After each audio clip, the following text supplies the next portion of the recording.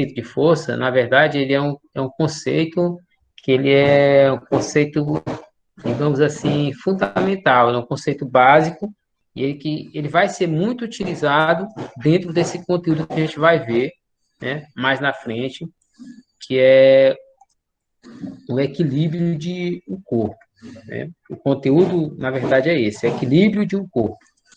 Só que, para entendermos esse conteúdo de equilíbrio, os corpos em equilíbrio, nós precisamos compreender, né, ou pelo menos lembrar do conceito de força. Grandeza utilizada para produzir movimento. Então, só vai ocorrer movimento de um determinado objeto se sobre ele for uma determinada força, tá? Aí nós temos vários exemplos de força, vou citar aqui para vocês alguns exemplos, olha.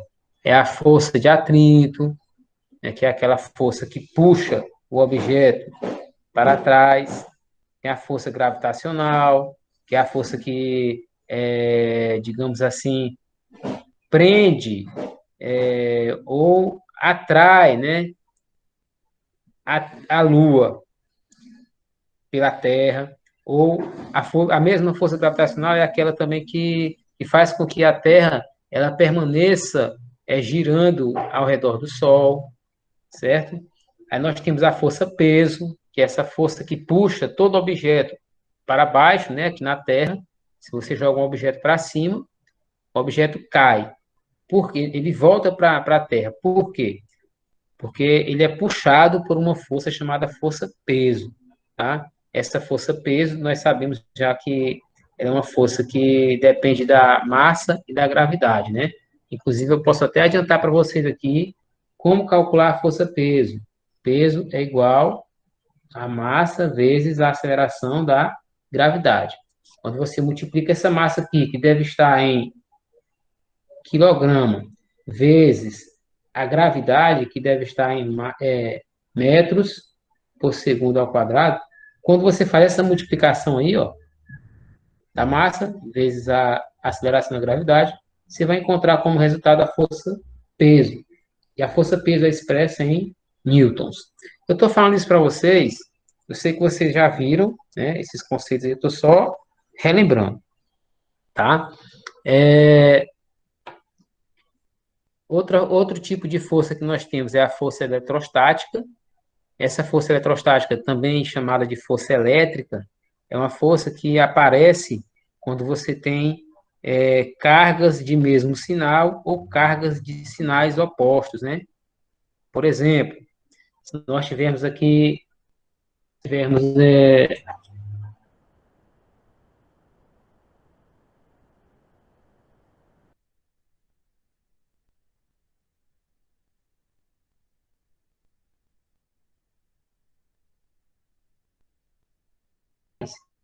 e o elétron, ele tem carga negativa. Então, como eles dois têm carga, entre esses dois caras aqui vai aparecer uma força chamada de força eletrostática de atração. Tá? Vai aparecer uma força de atração, força elétrica de atração, certo? Se eu tivesse, por exemplo, um próton e outro próton, então entre esses dois caras aqui, como eles têm cargas de mesmo sinal, entre eles vai aparecer uma força também eletrostática, só que agora vai ser uma força de repulsão, força elétrica de repulsão. Eles vão tender a se afastar um do outro. Tá? Então, cargas de mesmo sinal se repelem e cargas de sinais opostos se atraem, justamente através da força eletrostática, que é a força magnética. Essa força magnética ela é bem percebida, por exemplo, nos ímãs. Se você aproxima dois ímãs, dependendo dos polos desses ímãs, você vai ter uma atração ou uma repulsão, tá? Se você colocar aqui, ó, vou fazer um exemplo aqui básico. Dois pedacinhos de ímã. Todo ímã, gente, todo ímã, seja ele qual for, ele possui dois polos. Ele possui um polo norte e um polo sul. Vou colocar aqui a letra S e a letra N para representar. Vou dizer que eu tenho aqui o norte e o sul. Então, ó, tenho dois pedacinhos de ímã, dois ímãs. Se eu aproximar eles dessa mesma com essas posições que eles estão aqui, eu vou observar que o polo sul de um ímã vai atrair o polo norte do outro. Então, entre esses dois aqui, vai haver uma atração. Também uma força magnética de atração. Se eu tivesse aqui o polo sul, e aqui também eu tivesse o polo sul, entre os dois ímãs eu teria aqui agora uma força de repulsão. Tá bom? Então, eu estou apresentando isso para vocês terem uma noção do quão importante é o conceito de força, tá? E a força é a grandeza física que está relacionada ao movimento dos corpos. Um objeto só vai se movimentar se você aplicar uma força sobre ele. Tá? Por exemplo, um caixote, uma cadeira, uma mesa, como é que você vai fazer ele se movimentar? Você tem que aplicar uma força. Ou você empurra, ou você puxa. Então, como calcular? Para calcular a força-peso, você multiplica a massa vezes a gravidade. Por exemplo, imagina que você tem aí um objeto que a massa dele seja de 5 quilogramas.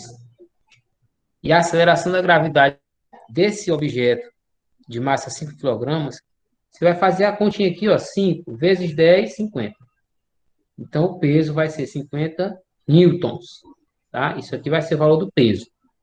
Agora, para calcular a força elétrica e para calcular a força magnética, aí já são outras fórmulas, já são outras maneiras de calcular. Isso aqui a gente só vai ver só no terceiro ano. Tá bom? Nem adianta eu apresentar para vocês aqui, porque vai ser uma confusão.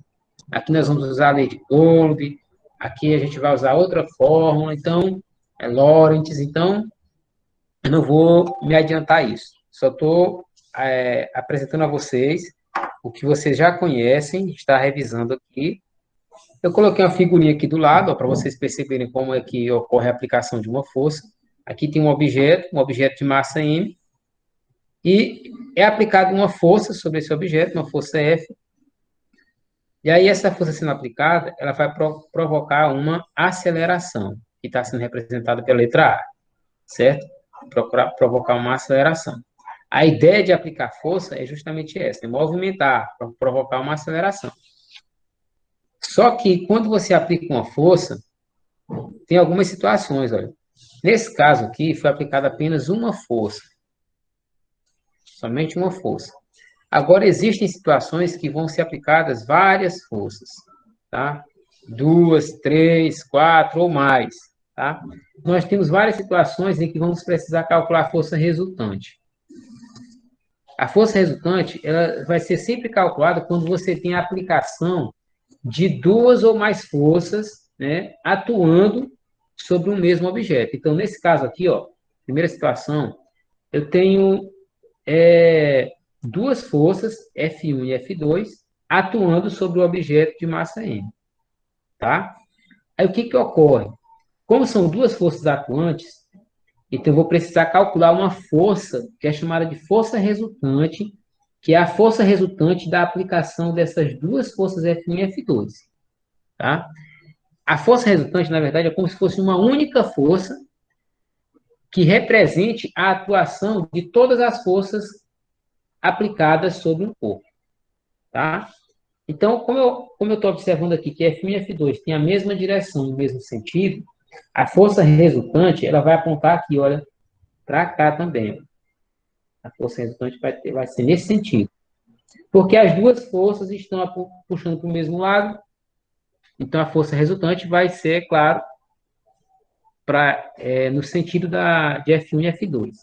Tá? Então, nesse caso aqui, gente, quando as duas forças F1 e F2 elas têm a mesma direção, o mesmo sentido, para mim calcular a força resultante, eu vou apenas somar F1 mais F2, certo? Se aqui tivesse uma força 3, na mesma direção e no mesmo sentido, eu iria acrescentar aqui também um F3, e assim sucessivamente, tá? Mas isso somente quando as forças estiverem na mesma direção e no mesmo sentido. A segunda situação, o que acontece? Essa segunda situação aqui, olha. Eu tenho um objeto de massa M, e esse objeto está sendo puxado por uma força F1 e uma força F2. Só que agora, observem que as forças elas estão em sentidos opostos. Elas estão na mesma direção, direção horizontal, porém estão em sentidos opostos. Então, nesse caso, para mim calcular a força resultante, o que eu tenho que fazer? Eu vou ter que subtrair F1 menos F2. Tá? Vou ter que subtrair as duas forças, porque elas estão em sentidos contrários. Tá? Então, em vez de fazer o mais, eu tenho que fazer o menos. Tá? E aí, nesse caso, eu observo que a setinha aqui, ó, o vetor que indica F2, ele é maior do que o vetor que indica F1.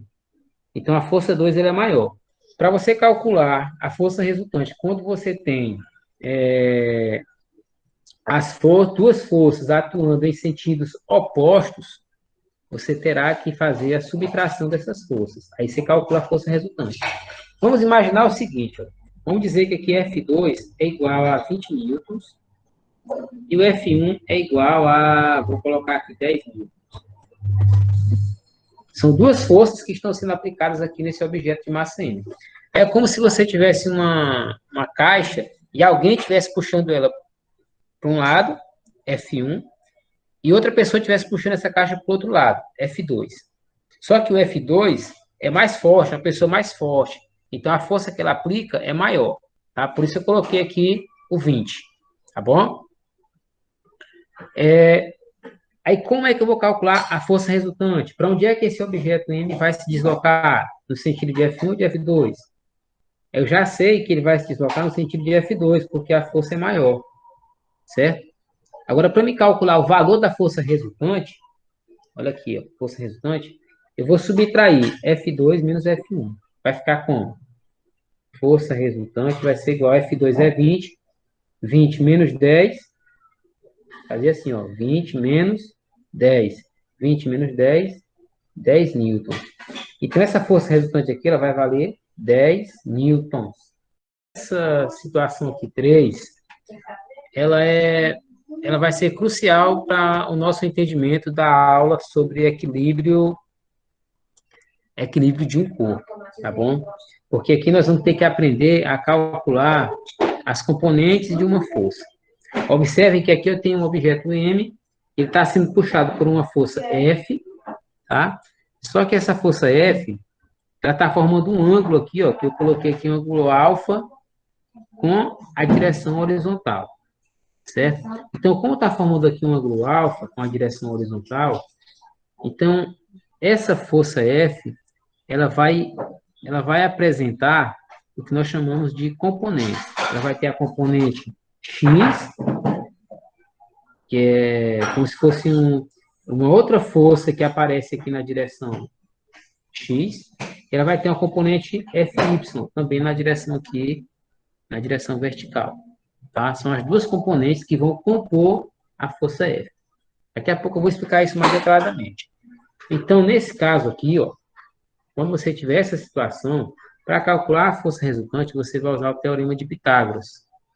Vai dizer o seguinte, que a força resultante ao quadrado é igual a f de x, esse valorzinho que vai estar desse lado, f de x ao quadrado, mais fy está aqui, ó, na vertical, ao quadrado. Você vai fazer essa continha aí, certo? E aí eu coloquei aqui uma observação que f de x é igual a força vezes o cosseno de alfa, e fy é igual a f vezes o seno de alfa. Isso aqui eu vou explicar mais na frente, detalhadamente, tá?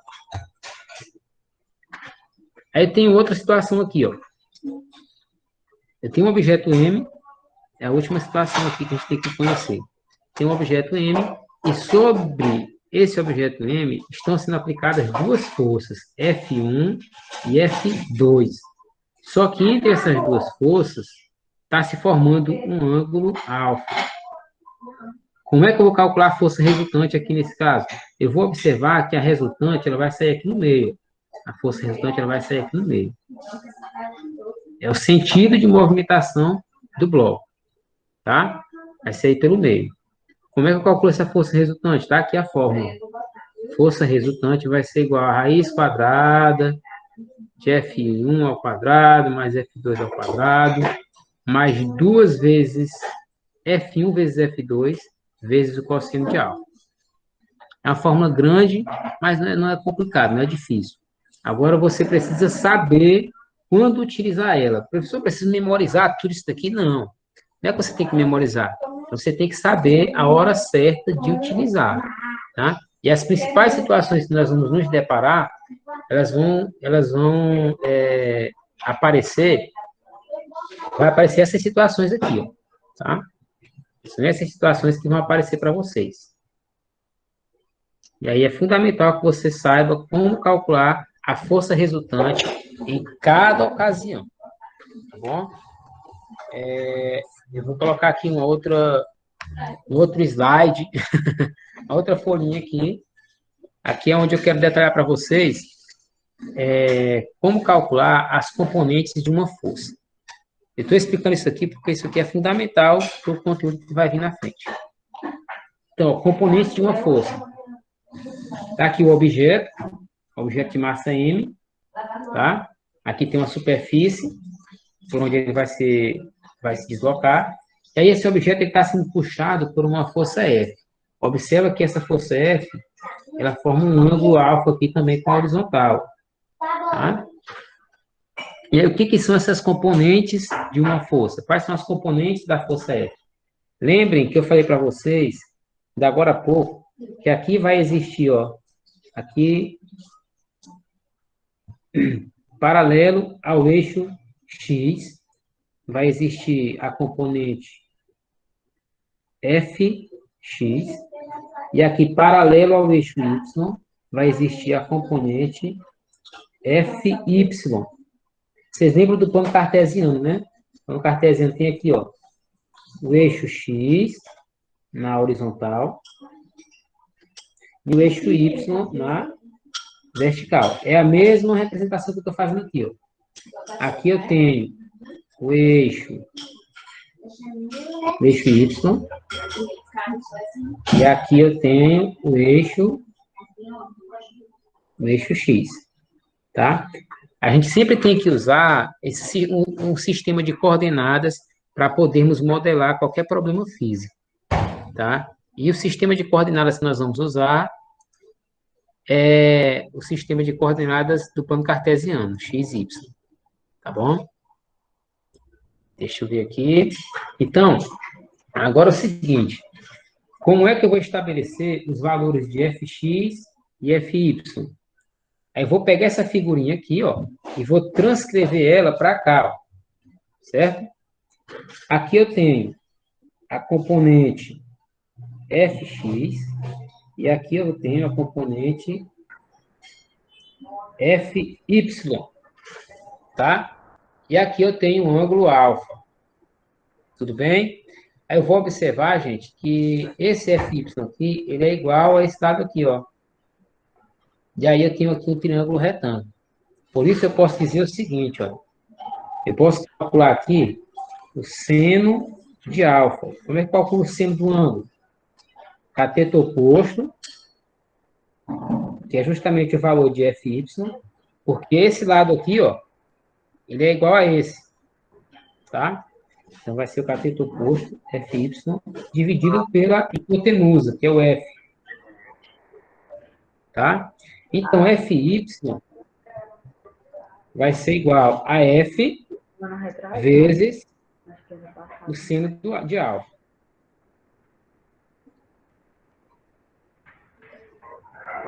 Pronto. Então, aqui nós vamos usar essa fórmula aqui para calcular o valor de fy. Fy é igual a f vezes o seno do ângulo alfa. Quem vai ser o cosseno? O cosseno desse ângulo aqui, ó,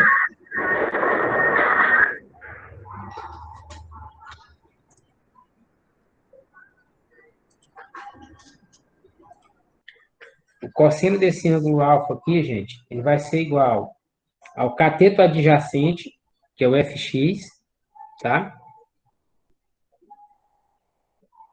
dividido pela hipotenusa. Quem é a hipotenusa? Essa que vai aqui no meio, que é o F. Tá? Então, f de x,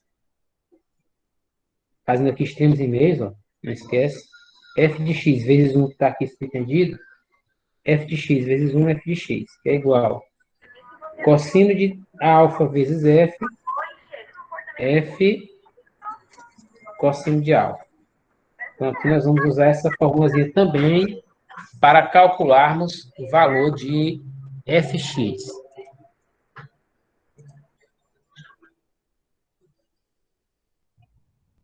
Tá? Então, vou dizer que fx é igual a f vezes o cosseno do ângulo alfa.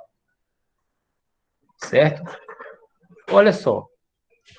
É assim, olha, toda força, quando ela é aplicada em um corpo, toda força ela tem as suas componentes, né? A força ela pode ser expressa em função das suas componentes. Por exemplo, aqui eu tenho F que é uma força aplicada ao objeto M. Essa força F, ela pode ser expressa, né? F vai ser igual, vou colocar aqui uma setinha aqui em cima, para indicar que esse F é uma grandeza vetorial, tá? F vai ser igual a f de x, que é a componente no eixo x, mais f y, que é a componente dessa força no eixo y. Então, toda força, ela tem as suas componentes no eixo x e no eixo y. É como se fosse uma representação dessa força no eixo x e no eixo y, tá? É como se fosse a sombra da força no eixo x, ó, e a sombra dessa força no eixo y. Então, essas duas sombras vão ser chamadas de componentes da força. É preciso que vocês entendam uma coisa, gente, ó. A física, a linguagem pela qual a física se expressa, infelizmente, essa linguagem é a linguagem matemática, tá? Agora sim, ó, se eu for me deter só a apresentar os conceitos para vocês, beleza, eu posso apresentar os conceitos, só que aí não vai ficar muito vago, vai ficar muito complicado para vocês. Inclusive, eu vou mostrar para vocês aqui daqui a pouco uns exemplos de aplicação, e aí talvez você vá perceber a importância de compreender essa parte inicial aqui, senão não faz sentido.